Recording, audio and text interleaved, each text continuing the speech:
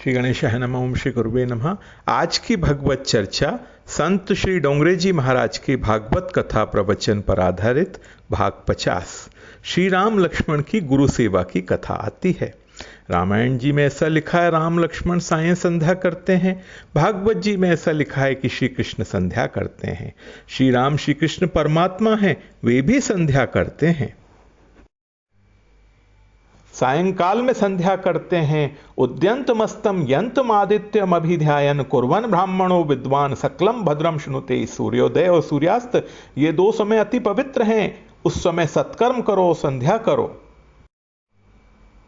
विश्वामित्र जी के साथ सत्संग हुआ है, विश्वामित्र जी की चरण सेवा की है। गुरुदेव शयन करते हैं। लक्ष्मण जी राम जी के चरणों की सेवा करते हैं। मेरे राम बहुत मेहनत करते हैं, थक गए हैं। रामायण जी में ऐसा लिखा है छोटा भाई बड़े भाई की सेवा करता है। आजकल कहीं ऐसा दिखता नहीं छोटा भाई बड़े भाई की सेवा करता हो। सब लोग अपना हिस्सा मांग लेते हैं, मेरा हिस्सा मुझे दे दो। भाग लेना है, हिस्सा लेना है, पैसा लेना है, सेवा नहीं करनी है। लक्ष्मण जी राम जी के चरणों की सेवा करते हैं। राम लक्ष्मण जागते हैं, संध्या करते हैं सुबह। विश्वामित्र जी उस समय शालग्राम भगवान की पूजा करने के लिए बैठे हैं। राम लक्ष्मण को कहा है फूल तुलसी ले आओ। पास में ही एक बगीचा है, बगीचे में राम लक्ष्मण गए हैं। मर्यादा पुरुषोत्तम की प्रत्येक लीला में मर्यादा है। माली से पूछे बिना मैं फूल ले लूं तो मुझे चोरी करने का पाप लगेगा। माली से पूछते हैं, माली की आज्ञा मांगते हैं। माली वृद्ध है, उसको रामचंद्र जी ने चाचा जी कहा है। मुझे चाचा जी कौन कहता है? माली ने देखा है राम लक्ष्मण खड़े हैं, वंदन करते हैं। माली ने कहा मैं आपके घर का एक नौकर हूं, आपका दास हूं, मुझे चाचा जी नहीं कहना। रामचंद्र जी ने स्मित हास्य किया और कहा यह सब तो ठीक है, किंतु आप वयोवृद्ध हो, मेरे पिताजी जैसे लगते हो। माली रोने लगा है, कहां महाराज दशरथ और कहां ये तुच्छ जीव मुझे राम पिता के समान मान देते हैं।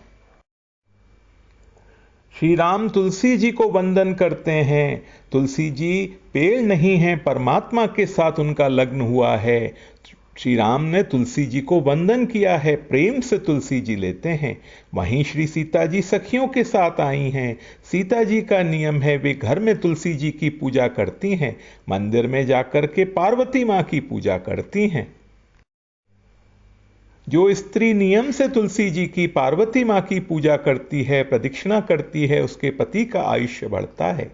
सीता जी वहां पूजन करने के लिए आई हैं।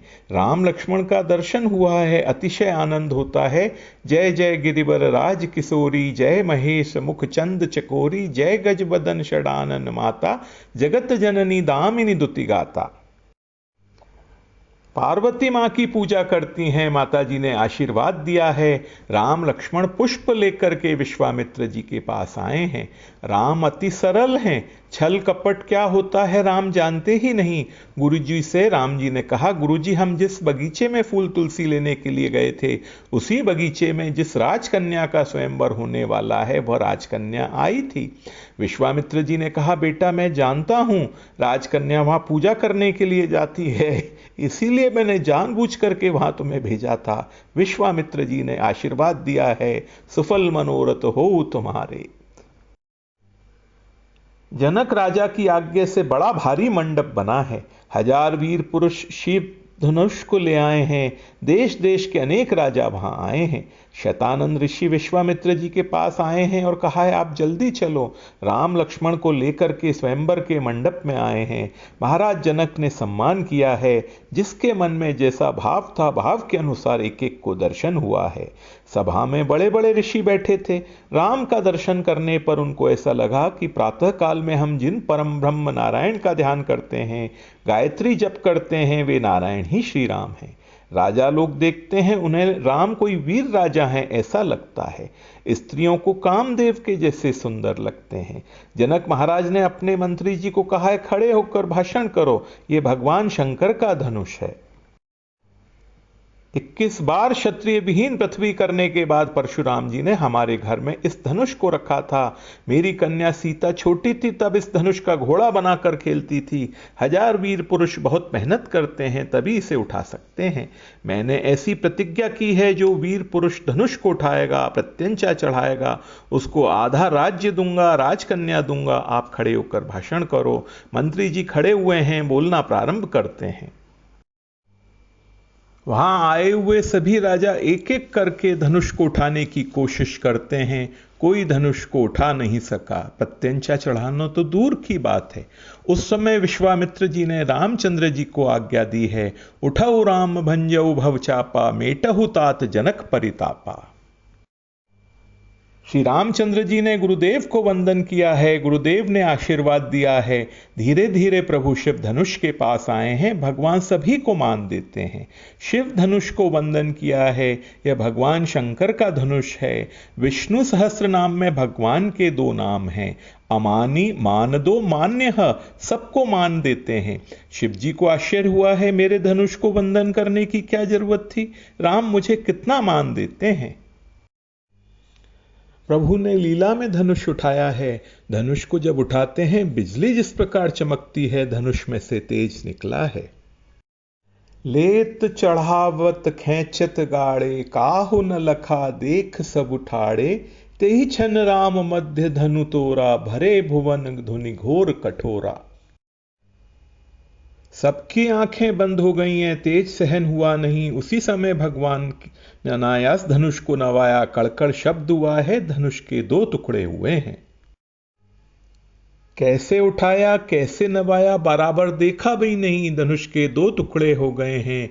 विश्वामित्र जी को आनंद हुआ है। विश्वामित्र जी ने राजा जनक से कहा है, अब श्री सीता जी पधारें, मेरे राम को विजयमाला अर्पण करें।